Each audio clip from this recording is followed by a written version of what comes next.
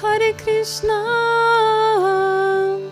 Krishna Krishna, Hare Hare, Hare Rama, Hare Rama, Rama Rama, Hare Hare.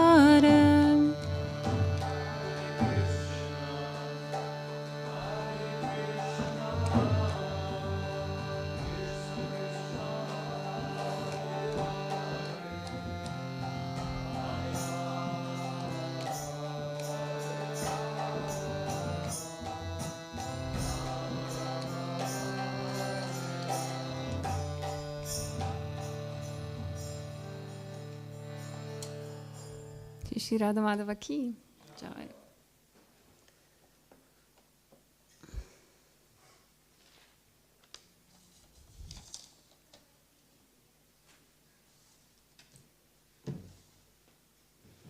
Hare Krishna.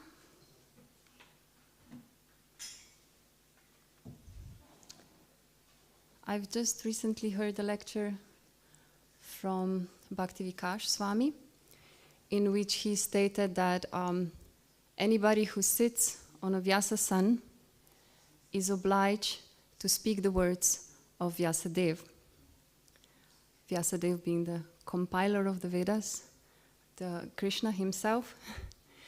So it is a great responsibility for anybody to sit where I'm sitting tonight. And it's a big task for some of us who are still children on the path of self-realization and God realization.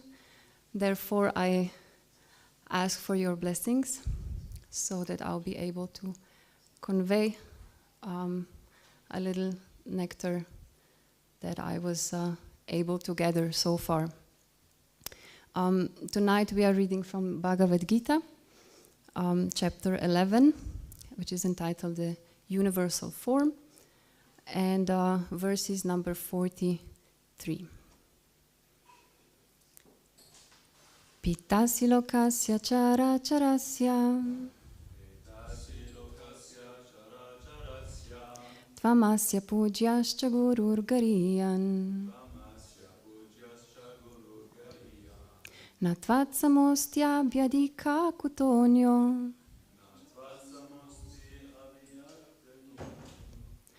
Lokatrayepya pratima prabhavam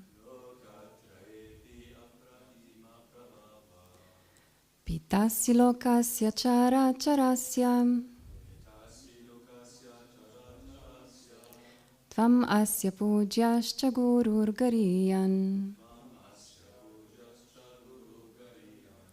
Natvatsamostya bhyadika kutonyo Lokatrayepya pratima prabhava Pitasi lokasya chara charasya Tvam asya pujaścha gurur gariyan Natvatsamostya bhyadika kutopi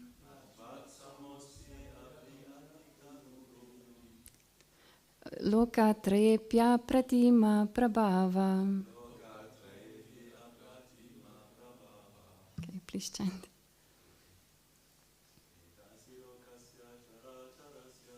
Pitasi lokasya chara charasya Tvamasya pujaścha gurur gariyan Natvatsamostya bhyadika kutonyo Lokatrayepya pratima prabhava.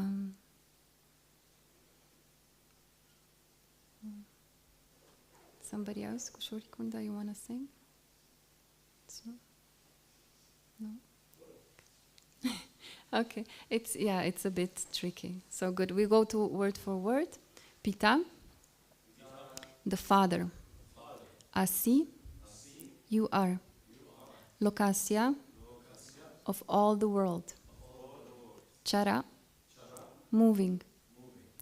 acharasya, and non-moving. Tvam, you are. Asya, of this. Pujya, worshipable. Cha, also. Guru, master. Gariyan, glorious. Na, never. Tvatsama, equal to you. Asti, there is. Abhyadika, greater. Kuta, how is it possible? Anya, other. Lokatraye, in the 3 planetary systems. Api, also. Apratima prabhava, O immeasurable power. So, translation and purport by His Divine Grace, A.C. Bhaktivedanta Swami Srila Prabhupada. You are the Father of this complete cosmic manifestation, of the moving and the non-moving. You are its worshipable chief, the Supreme Spiritual Master. No one is greater than you, nor can anyone be one with you. How then could there be anyone greater than you within the 3 worlds, O Lord of immeasurable power? Purport. The Supreme Personality of Godhead, Krishna, is worshipable as a father is worshipable for his son.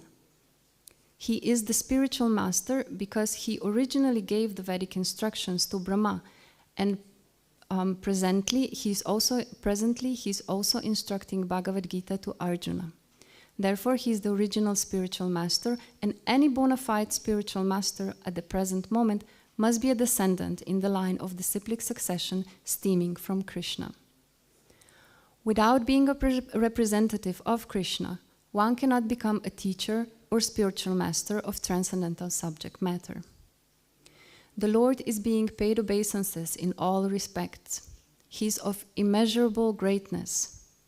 No one can be greater than the Supreme Personality of Godhead, Krishna, because no one is equal to or higher than Krishna within any manifestation, spiritual or material. Everyone is below him. No one can excel him.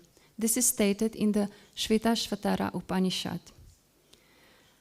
Natasya karyan karanam cha vidyate natat samash cha vyadika dikash cha drishyate. The Supreme Lord, Krishna, has senses and a body like the ordinary man, but for him there is no difference between his senses, his body, his mind, and himself.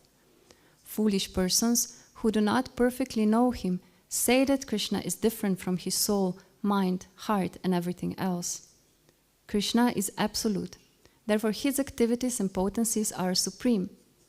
It is also stated that although he does not have senses like ours, he can perform all sensory activities. Therefore, his senses are neither imperfect nor limited. No one can be greater than him, no one can be equal to him, and everyone is lower than him. The knowledge, strength, and activities of the Supreme Personality are all transcendental. As stated in the Bhagavad Gita, Janma karmacha me divyam evam yoveti tatvataha tyaktva deham punarjanma naitimam eti sorjanam. Whoever knows Krishna's transcendental body, activities, and perfection, after quitting his body, returns to him and doesn't come back again to this miserable world. Therefore, one should know that Krishna's activities are different from others. The best policy is to follow the principles of Krishna. That will make one perfect. It is also stated that there is no one who is master of Krishna. Everyone is his servant. The Chaitanya Charitamrita confirms Ekale Ishvara Krishna Arash Sabha Britya. Only Krishna is God and everyone else is his servant. Everyone is complying with his order. There is no one who can deny his order. Everyone is acting according to his direction, being under his superintendence. As stated in the Brahma Samhita, he is the cause of all causes. So chant the verse again. Pitasi lokasya chara charasyam tvam asya pujaścha gurur gariyan natvat samostya byadika kutonyo lokatrayepya pratima prabhava. You're the father of this complete cosmic manifestation of the moving and the non-moving. You're its worshipable chief, the supreme spiritual master. No one is greater than you, nor can anyone be one with you. How could then there be anyone greater than you within the three worlds, O Lord of immeasurable power? Om Namo Bhagavate Vasudevaya.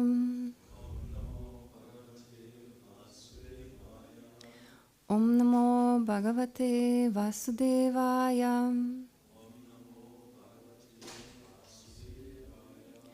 Om Namo Bhagavate Vasudevaya.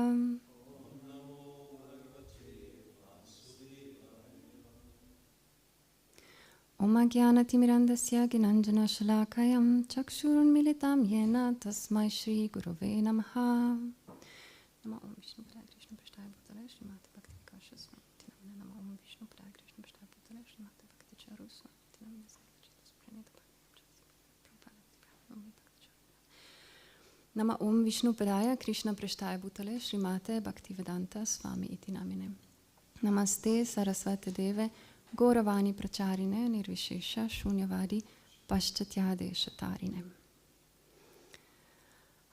So in this verse we are reading today, Krishna is described in various ways. He is said to be the father of complete cosmic manifestation, the worshipable chief, and the supreme spiritual master. Now, this is the third description of Krishna here stated by Arjuna is what I'll try to look into today. It is said with the words Gurur Guriyan, which actually means glorious spiritual master. And Arjuna has actually at the beginning of Bhagavad Gita, he has accepted Krishna as his spiritual master. Now, in this chapter we're reading right now, Krishna just showed the universal form to Arjuna, and Arjuna is now overwhelmed by what he's seeing. He's only now grasping the greatness of his spiritual master, who is the Krishna himself, the Lord himself. So there is a Vaishnava etiquette that says that, let me just start with the question first. So we're going to speak about Guru Tattva, and I want to ask you, in your opinion, there's no right and wrong answers. Who is a guru? What does guru mean? Who is actually a guru? Some of you have their spiritual masters, some not yet. But what do you think when somebody says a guru to you? What comes in mind? He's master of his senses and he teaches by example. That's very good. He's the master of the senses. He teaches by his example. Yes, that's one description of the guru. Somebody else wants to contribute? Yeah. I think you can just say it's a teacher. He's a teacher? Yes. True. Okay.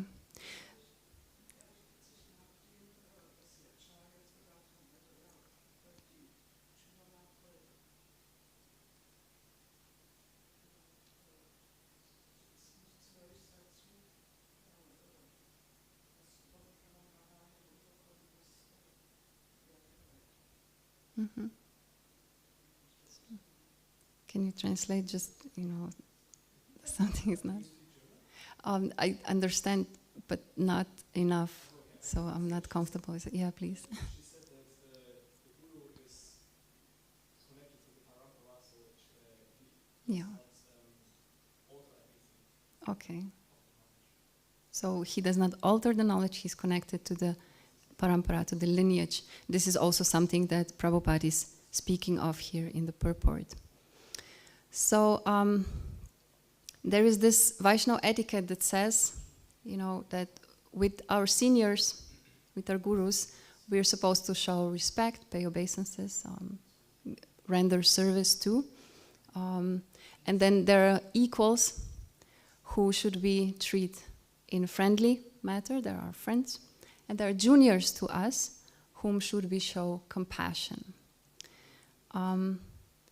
a couple of years ago, I met one of the ladies that I consider one of my gurus. Also, she's my senior god sister. She lives in Mayapur and does most of her preaching in Bangladesh. And I was fortunate enough, the last time I was in India, I was fortunate enough to spend a lot of time with her. So one morning we were having breakfast and we were speaking about this Vaishnava etiquette. And this question came up. I asked her, her name is Karuna Mai, Devi Dasi. I asked her this question of seniority. Now, who is actually senior? How can I know? Who is my equal? Who is a junior? Who is a senior? And she gave me this perfect answer. She always would give perfect answers. She told me there are 3 types of seniority.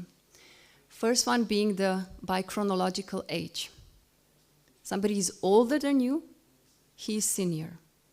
So already, he's in a position of a guru in that sense. He's a senior, you should render service to, you should give respect to. And then the second consideration is how many years is somebody in the practice of spiritual life. If somebody joined before you joined, he's a senior to you. If somebody joined after you joined, but he took initiation before you did, he's a senior. And if somebody took second initiation before you got your second initiation, that's a senior also, no matter when they joined. So this is the second consideration, is by how many years somebody is practicing and how seriously somebody is practicing spiritual life, spiritual practice. And then there was a third consideration, which is by spiritual advancement. Now this one is a bit tricky because we cannot really know. We know our equals, and we know our juniors. We know where we are right now. We know where we have been, but we don't really know what's ahead of us. By the spiritual practice, by the understanding of literature, spiritual literature, we might get a glimpse, a feeling of what it is yet to come, but we cannot know for sure. And therefore, her answer was, actually, you should just treat everybody as a senior. You should see everybody as a senior to you, render service to everybody, pay respects to everybody. And that's it's a really, it's an easy thing to say. And then when Bhakti Vikash Maharaj was here a month ago or something, he gave a class and he spoke how this verse that we recite here after Mangalarati every day, Trinada pisu nichana, tarora pisa nishuna, amanina manadina kirtanya sadahari. It's a verse that actually speaks what are the requirements in order to be able to chant all the time. And Maharaj was saying how this is the easiest verse to learn, to memorize, to remember, but the most difficult one to follow. So, and then when I was preparing for this class, I was thinking, okay, so maybe we can find something in our vast Vedic literature that some example where it is explained how Krishna can be seen in everybody and how everybody could be considered our gurus. And this is a story that's, it comes out in the 11th canto of Srimad Bhagavatam. It's a conversation between Krishna and Uddhava. I think it's the chapter is entitled Krishna Instructs Uddhava. This is when Krishna is leaving, preparing to leave the earth, and he's giving his final instruction to Uddhava, go to Badarik Ashram and worship me like this and that. And it's also called Uddhava Gita, the song of Uddhava. And Uddhava is asking Krishna, okay, I mean, when you're gone, I'm engrossed in material dualities. So when you're gone, how can I see you? How can I know you're there? And Krishna is replying to him that even though by these material senses you cannot know me, but he's saying, I'll use the exact words, I can still be approached by the wise use of one's perceptions and intelligence. And then Krishna tells a story of King Yadu, and a young Avaduta Brahmana. Now, Avaduta means a spiritual madman, and this was a young boy who was wandering around the earth and naked, not wearing anything, and being in total transcendental bliss. He seemed like he has no desires, and he acted like he doesn't need anything or anybody. He was completely in ecstasy within himself. And because King Kyaro was a little bit spiritually advanced, he could notice this, and he asked him, how come you were in this state? Everybody is so driven and, by all of this material efforts, and what is your secret? What happened? And this Avaduta Brahmana boy, he told him, well, I took shelter of 24 gurus. And I learned from those 24 gurus. I observed them, and when I gathered all the knowledge, now I can, now I'm in a liberated state. I wander around the earth like this. And who are these 24 gurus? I'm just going to briefly go through them, and maybe one or two I'll mention what he learned from them. We don't have so much time to go into everyone, but he learned from the earth. From the earth he learned tolerance, because the earth and the trees and the nature around us, it seems like it's not doing anything else but rendering service to all living creatures. So he was learning tolerance from the earth. He learned from air, from the sky, water, fire, the moon, the sun, the pigeon. There's a whole story about how he observed the pigeon family and everything he learned from them. And then the python, he would learn from the ocean and the moth, and the honeybee and the elephant and the honey thief. And he learned from the deer and the fish. Somebody who steals honey from the hives. That's us. That's bear in nature, but it's us also. We do that. And then, he learned detachment from, there's a whole story about that as well, from a prostitute named Pingala. That's, it's amazing how he could, find his guru in a prostitute and observe, her behavior and what happened to her, how she actually became enlightened through her work. And then the Kumara bird, the child, the young girl, the arrow maker, he learned how to focus from the arrow maker, because the arrow maker was making his arrows, and he was so in the zone of doing this, he did not notice even king passed by. He was just making his arrows. One would think, it's such an important task. But actually, he learned to focus from him. And then the serpent, the spider, and the wasp. I wanted to mention the child a little bit more because it's relatable to my current situation. And so this Avaduta Brahmana learned from the child that a child has no anxiety in regards to reputation, family, social responsibilities. And he's saying a sadhu, should also not, deal with these things. He should be detached from these things because he's dealing with the spiritual subject matter. So these things don't mean anything to them. And I remembered how Srila Prabhupada would often say that an old man and a young child, they can go anywhere and they can say anything, but we cannot. Like if you imagine now, I have a 2-year-old daughter. If she just came right now, running through this door, sat on my lap and said something ridiculous on the microphone, you would all think it's cute, most probably, or laugh or something. But if you imagine that if my husband was giving a lecture and I did the same thing, would not be so easily digestible, I suppose. So, yes, this is what he learned from a child, the detachment from the worldly, from the conditioning, material conditioning. In the Srimad Bhagavatam, there's this verse in 4th canto, 18th chapter, verse number 2, where it is said that a learned man takes the essence of knowledge from all places, just as a bumblebee collects honey from each and every flower. But flower does not collect honey from dirt, from even grass, and from flowers. No? The flowers then being the spiritual subject matter, spiritual texts. So this is a very high understanding of who is a guru, of Guru Tattva. And one of the aspects of God realization is mentioned here, how we can see a guru in everybody.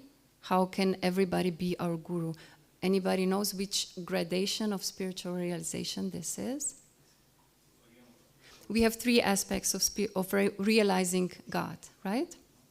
So seeing everybody as our guru, seeing our guru in everybody is which of the three aspects? Yeah, what's the second one? Paramatma. Yeah, this is a localized aspect of Krishna. Krishna, when the material cosmos is created, he personally enters into every atom of this creation. So he is everywhere, everywhere present. So what are the other two? So one is being Paramatma. What are the other two God realizations? One is a bit lower realization than this one. What is a bit higher? Brahman realization, yeah. This is the impersonal realization, yes. Krishna's effulgence, so to speak, so to say. And then the Supreme Personality of Godhead, Bhagavan, yes. So these three. And now to bring this high understanding down to the verse we were just reading today and to our present situations, until we get to the Paramatma realization, which is Krishna is in everybody and in every body. And so everybody, I should take everybody, I should give respect and render service to everybody as my guru. So until we get to that realization, for us is what Srila Prabhupada is saying in this purport, that any bona fide spiritual master must be a descendant in the line of disciplic succession stemming from Krishna. So until then, we take shelter. We take inspiration from the stories in the Srimad Bhagavatam, try to apply them, but we take shelter from a spiritual master who is in the disciplic line, in the parampara, like Mataji Kishori mentioned in the beginning. So, yes, here I'll end this short presentation. If there's anything to add or somebody would like to share any of your realizations, please do. Can I give you a microphone? Okay.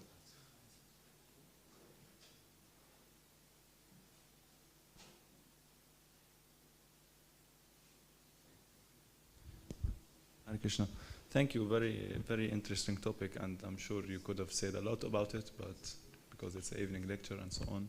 So I have a question, like to the last point you mentioned that, okay, we may see our guru speaking through other devotees, or not speaking, just teaching us something through other living beings, let's say, not only devotees. But how to apply this also when we are like having an unpleasant situation with somebody, like you know what I mean, like somebody who's saying something to us which is kind of hurting us, or which is completely against our belief, that you know, like somebody tells you something not nice, you are like this, and you're thinking, I never thought of that, I'm like this. So you start judging the other person and thinking, no, he's in Maya, or she's in Maya, or he's not a nice person, and so on. But how to apply this principle? Is it always true? This is the main question. Is it always true? Yes, it's the Shastra. But see this, if we get hurt, that's our ego. It's not us getting hurt. It's our false ego was, it's pained. And if somebody hurts us, that means also that they're not very advanced spiritually. If they were, they wouldn't hurt us. See? Spiritual master, he may chastise severely, but wouldn't hurt the person, He chastises in order to elevate you. And another thing that came in mind when you were, constructing a question was Bhakti Swami told us once that we did not enter a spiritual life to be comfortable. So don't expect to be comfortable. I mean, purification is hurtful. I know that. I mean, anybody who practices sincerely knows that personally. It's painful. But also, my personal realization is that any kind of pain, especially severe pain, leaves you a little bit more humble than you were before.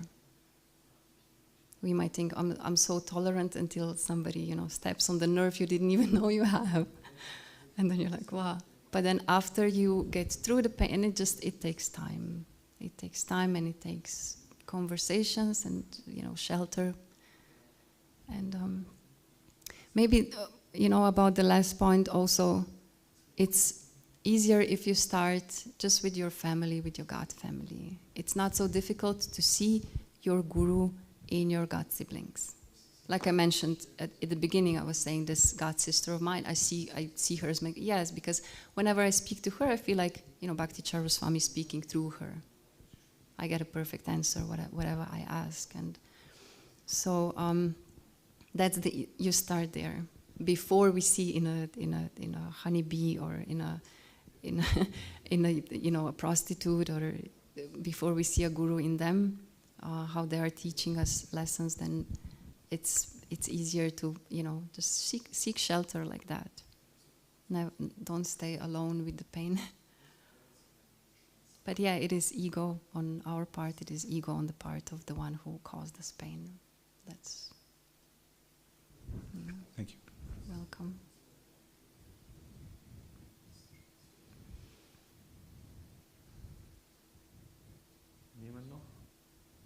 Somebody else? So we end here. Grantaraj, Srimad Bhagavad Gita ki jai. Vanchakalpatarubhyascha kripa sindhubhya eva cha patitanam pavanebhyo vaishnavebhyo namo namaha.